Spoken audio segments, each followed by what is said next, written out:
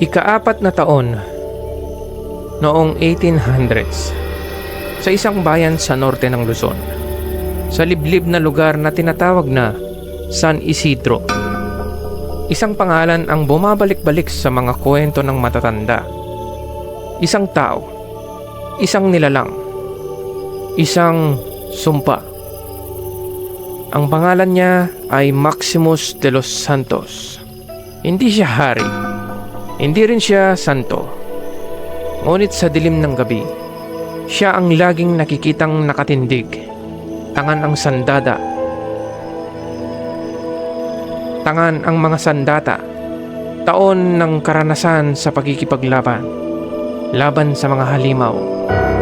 Isa siyang tanyag na monster hunter.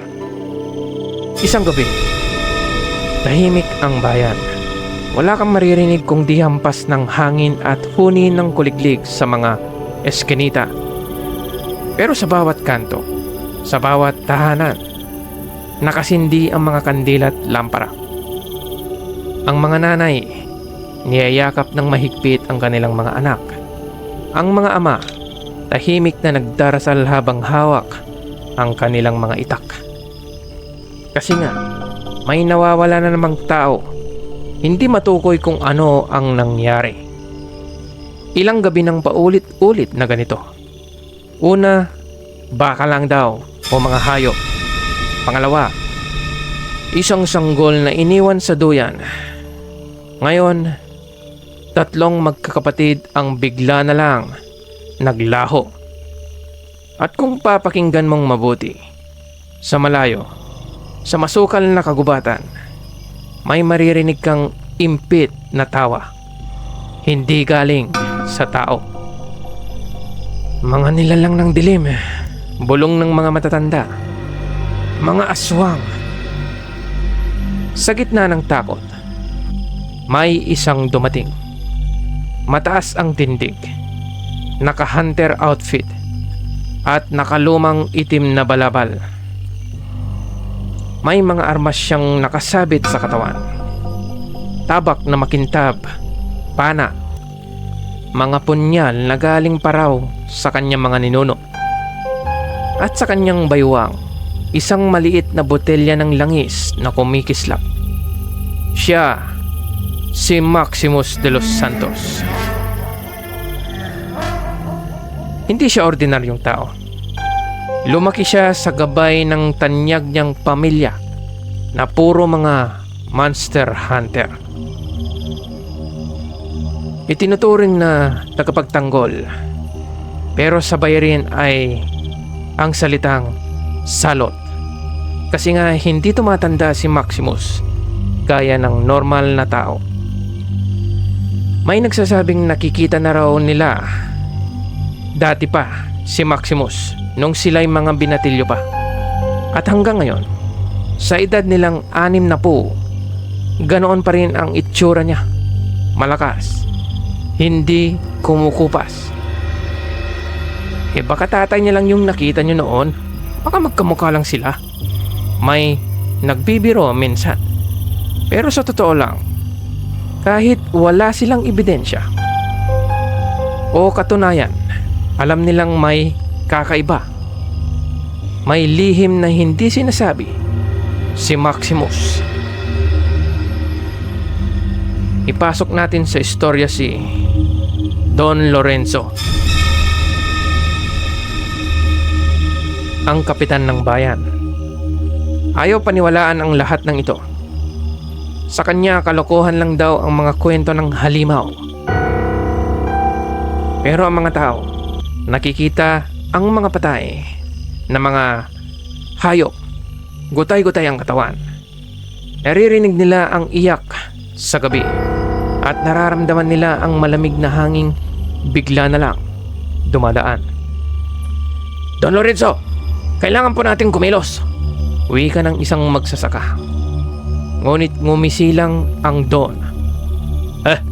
Mga chismis lang yan. Ang totoo, maniniwala pa ako kung sasabihin niyong rebelde. Sabi niya, parang may pinagtatakpan. Hindi alam ng nakakarami Matagal nang may kasunduan si Don Lorenzo.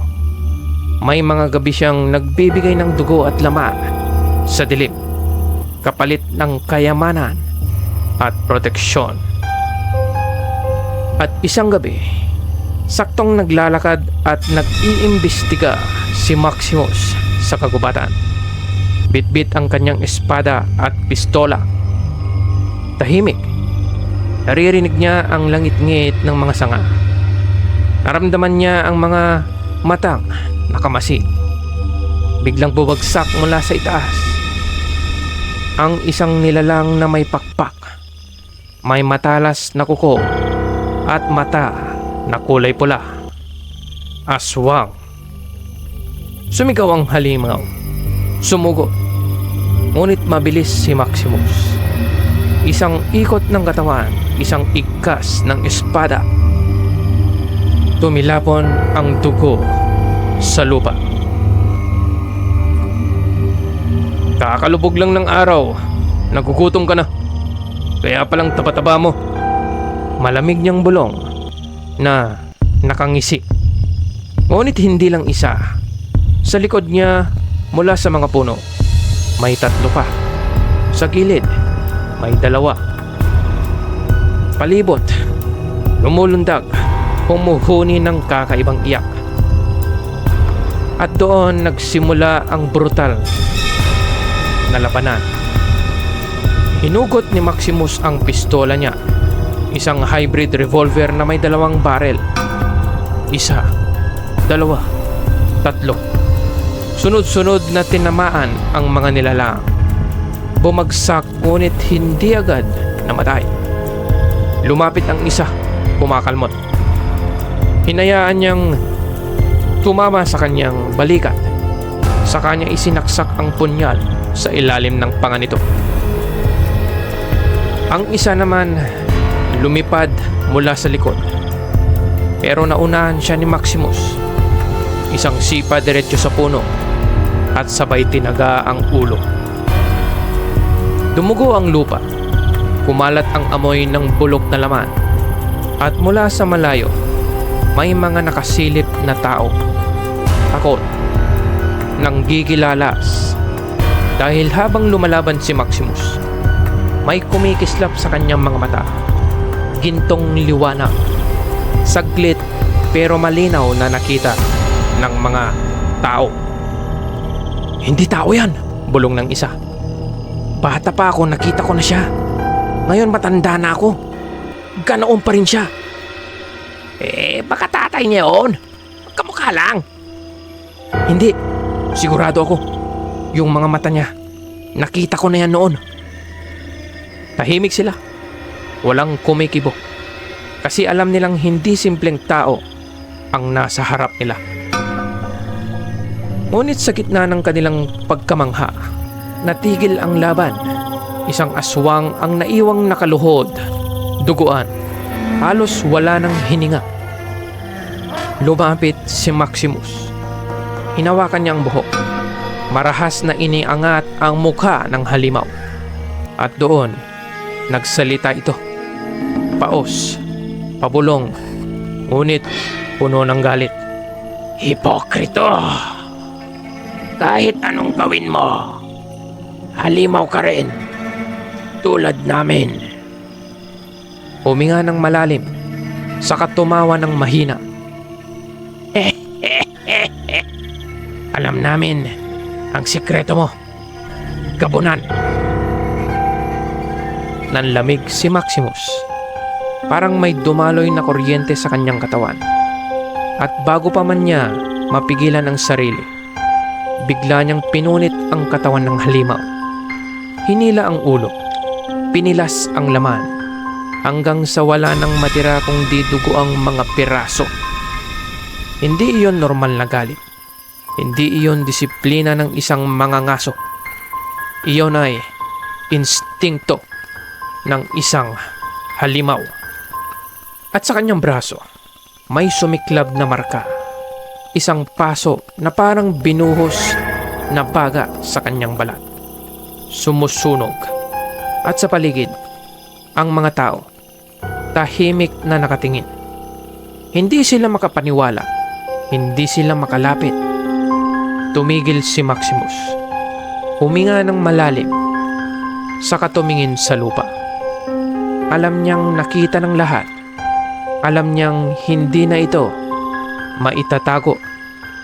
Dahil sa gabing iyon, sa gitna ng madilim na kagubatan ng San Isidro, unang binulong ng isang patay na halimaw ang salitang kinakatakutan niyang marinig.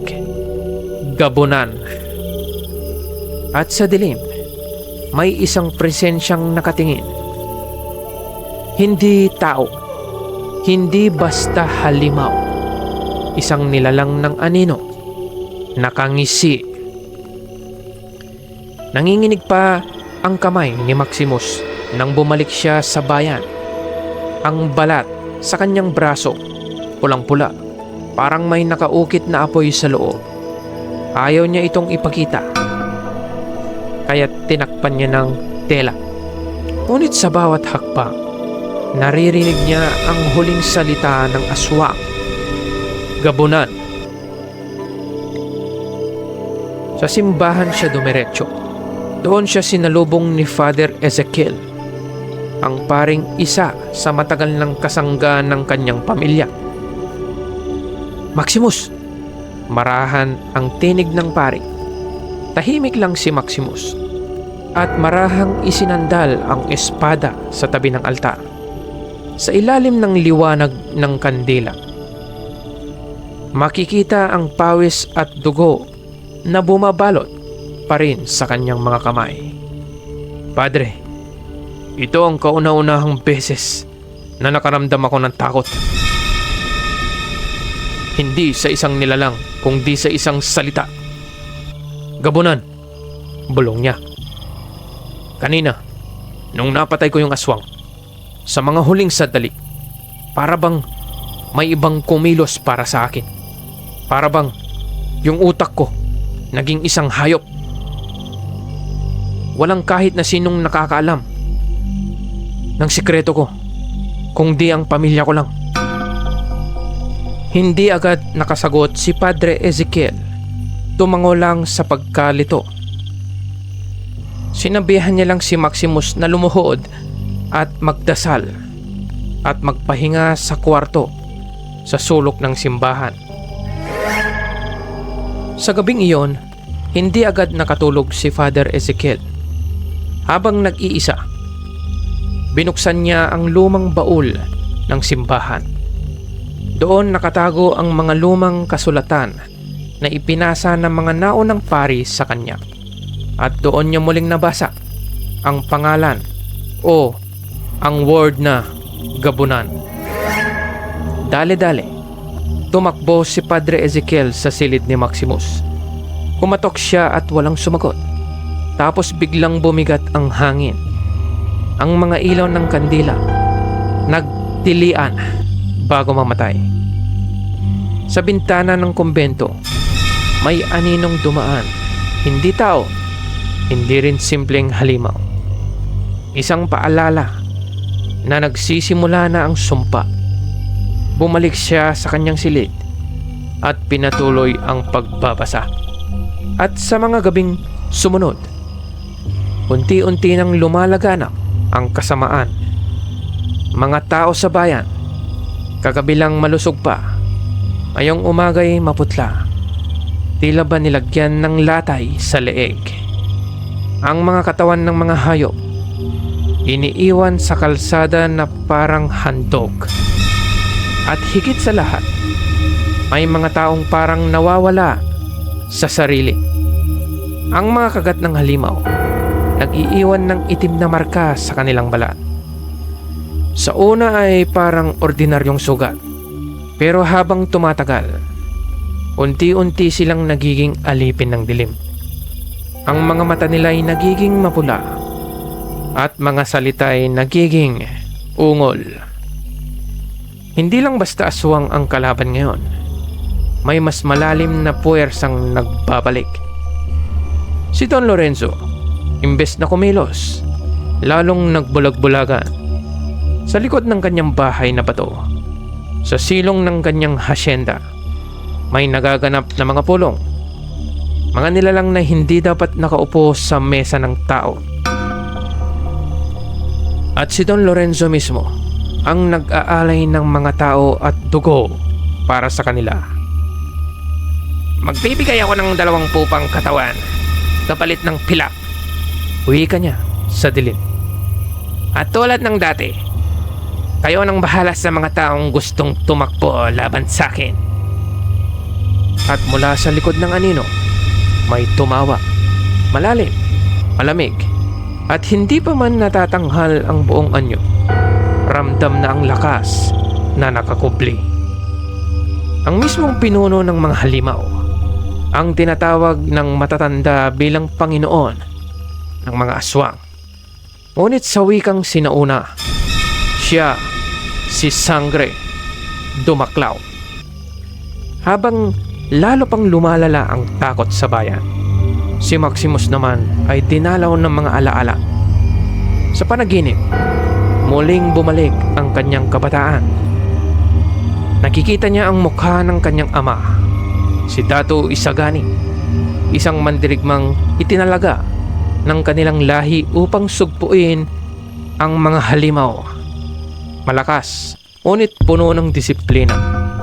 Sa tuwing siya ay magtuturo sa anak, laging may paalala. Lagi mong tandaan, anak, ang sandata mo ay hindi lamang espada, pana, o bala ng baril.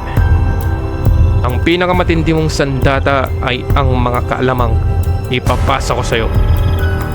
Nagmula pa yan sa pinakaunang de los Santos. Ngunit sa parehong alaala, ayon sa kwento ng kanyang ama, ang kanyang ina, buntis siya noon. Ngunit isang gabi, sinalakay sila ng mga aswang. Tinangka siyang agawin. Nginunguya habang buhay ang kanyang laman. Ang ama ni Maximus ang sumaklolo. Nakaligtas ang bata sa sinapupunan. Pero ang dugo ng halimaw na idulot na sa kanyang ina bago pa siya ipanganak. At doon nagsimula ang sumpa. Si Maximus ipinanganak na kalahating tao, kalahating halimaw, isang gabunan. Bumalik siya sa ulirat mula sa panaginip ng gising. Humahabol ng hininga. Sa tabi niya si Father Ezekiel. Tangan ang isang makapal na dokumento. Nakita ko to sa baul ng mga paring nauna sa akin. Uwi ka ng pare. Sabay bukas ng pahina at binasa nito ang nakasulat. Ito ay tungkol sa isang kakaibang uri ng nilalang noong sinaunang panahon. Ipinanganak sa ilalim ng eklipse.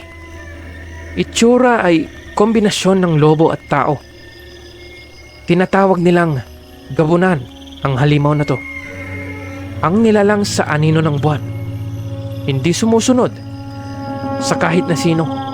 Walang kinikilalang amo. Isa itong ligaw na nilalang na kinakatakutan maging ng mga kapwa halimaw. Huminto siya. Tumingin siya kay Maximus. Kung iisipin mo ng mabuti, Maximus, hindi sumpa ang pagiging gabunan mo. Isa itong sandata. Optimistikong sinabi ni Padre Ezekiel kay Maximus. Tahimik si Maximus. Hindi niya matanggap. Hindi ako halimaw. Tao ako. At mananatiling tao. Matigas niyang sagot. Ngunit, dumating ang gabi ng pagsubok. Sa sementeryo ng San Isidro, may naririnig na iyak at sigaw. Mula sa libingan, tumayo ang mga bangkay. Hindi ito basta mga halimaw. Mga patay na binuhay ng anino. Mga amalanhig. Ginawang kawal ng dilim. At sa kanilang likod, mga aswang na tila walang katapusan. Rumisponde sila Padre Ezekiel at Maximus. Diyos ko! Bulong ni Father Ezekiel habang binabasbasan ang kanyang krus at baril na may bala ng pilak. Sumugod si Maximus. Espada sa kanan, punyal sa kaliwa. 1, 2. 3 halimaw ang pinabagsak niya agad. Ngunit habang dumadami ang kaaway, lalo siyang nahihirapan. Tumama ang mga kuko, ang mga ngipin sa kanyang balat. At mula sa gitna ng hukbo, unti-unting lumitaw ang nilalang. Matangkad, higit pa sa tao. Ang mga pakpak gawa sa usok at anino. Ang katawan, parang nilubid ng mga kaluluwang nakapulupot. At ang mukha, parang pinaghalong tao at paniki at anino. Siya ang sangre ng kadiliman, si Dumaklaw, ang Panginoon ng mga aswang. Matagal na kitang inaabangan, gabunan. Wika niya habang bumubulong ang hangin. Ngayon, bumalik ka na sa iyong tunay na anyo at manilbihan sa pamumuno ko. Sumugod siya. Mabilis. Isang hampas ng kanyang pakpak. Tumilapon si Maximus sa mga lapida. Ang espada niya ay nabitawan niya. Ang mga buto sa kanyang tadyang kumalabog. Ngunit kahit sugatan, pinilit niyang tumayo. Muling sumugod. Tinaga niya si Dumaklaw. Ngunit parang usok lang na humahawi. Sabay kumagat si Dumaklaw. Malalim. Direkta sa balikat ni Maximus. Napasigaw siya.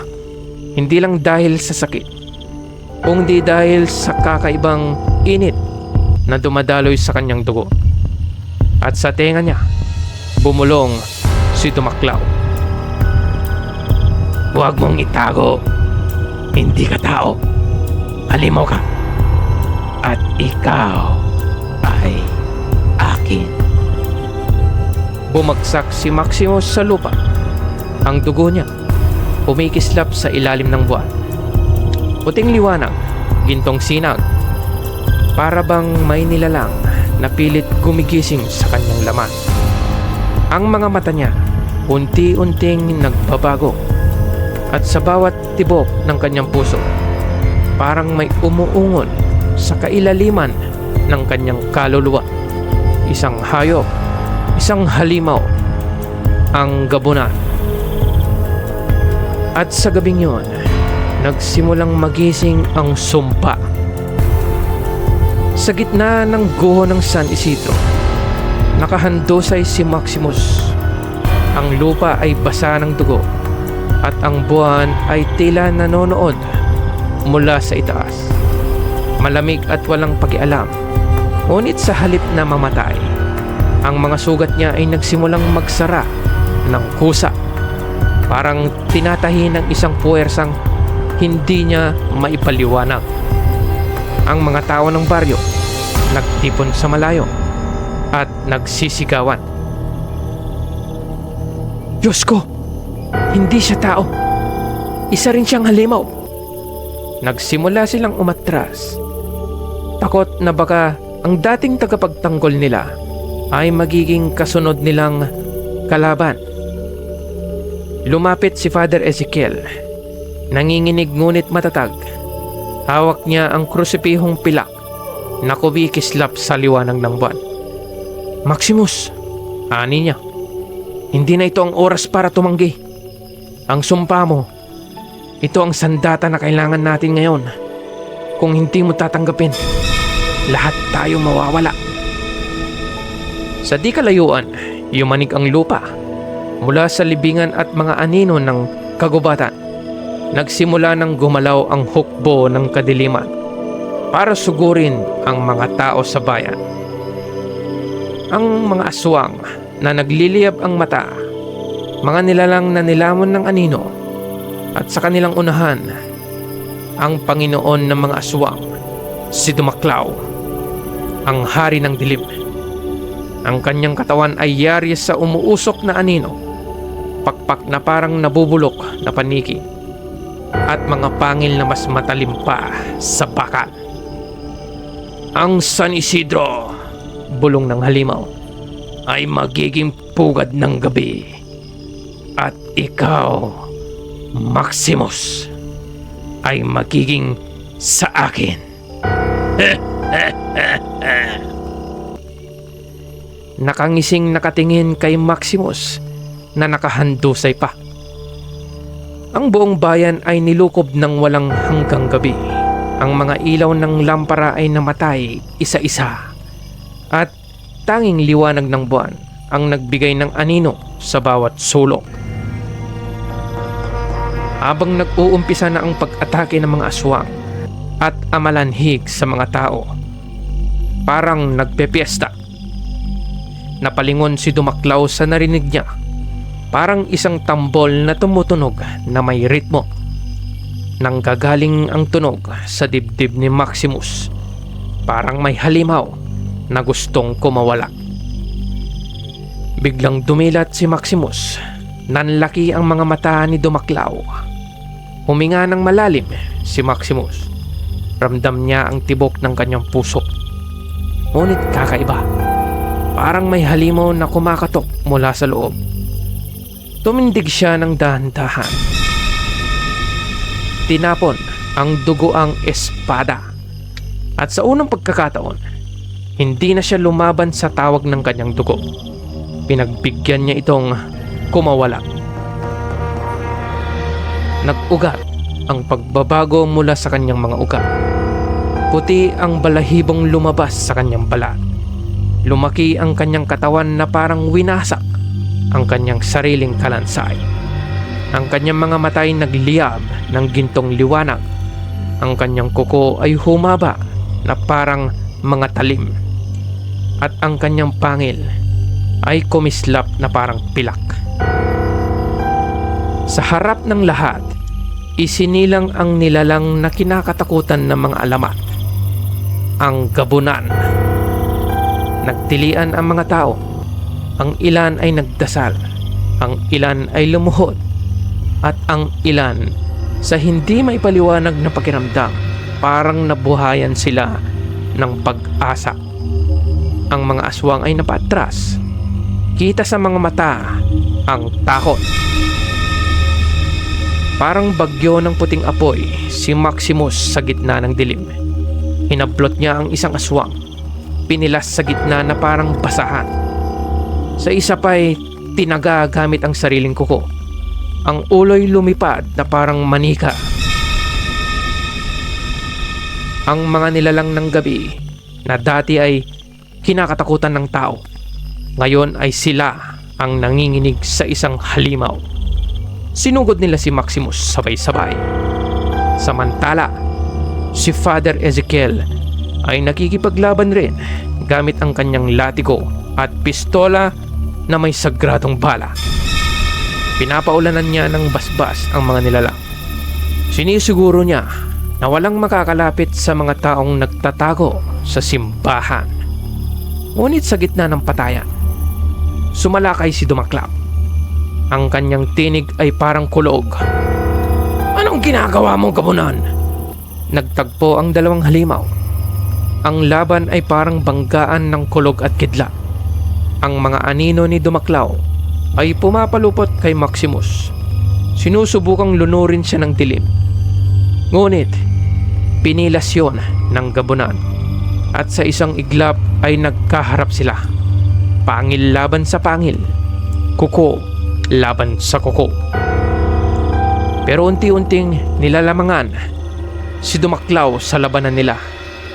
Kaya't inutusan ni Dumaklaw ang ilan niyang aswang na sugurin si Maximus habang nagpupumiglas ito palayo kay Maximus. Si Maximus ay hindi lamang lumaban. Nilapa niya ang hukbo ng dilim na umatake sa kanya habang tinutungo si Dumaklaw. Isang kalmot, isang kagat, at ang mga nilalang ay nagiging abo. Ang kanyang mga mata ay kumikislap ng ginto habang ang kanyang katawan ay nanginginig sa galit at gutom. Ngunit May tinig na bumabalik-balik sa kanyang isip. Ang tinig ng kanyang ama mula sa kanyang kabataan. Maximus, laging piliin na maging tao. Ang halimaw sa loob mo ay sandata lang. Tandaan mo, isa kang De Los Santos. Sa bawat sugat na kanyang tinanggap, lalo siyang tumitindi. Hanggang sa wakas, sinunggaban niya si Dumaklaw. Pinulupot ang mga kuko sa dibdib ng halimaw at sa isang galit ng ulos, pinunit ang puso ng anino mula rito. Isang nakakabinging sigaw ang umalingaw-ngaw habang ang katawan ng Panginoon ng Dilim ay nagkadurog-durog na parang abo. Ang mga amalanhig ay isa-isang gumuho na parang abo din. Ang mga aswang ay nagsiliparan palayo sa takot habang humahagulgol sa pagkamatay ni Dumaklaw. At ang gabi ay muling nagbigay ng daan sa bukang liwayway. Tahimik sa San Isidro nang matapos ang laban.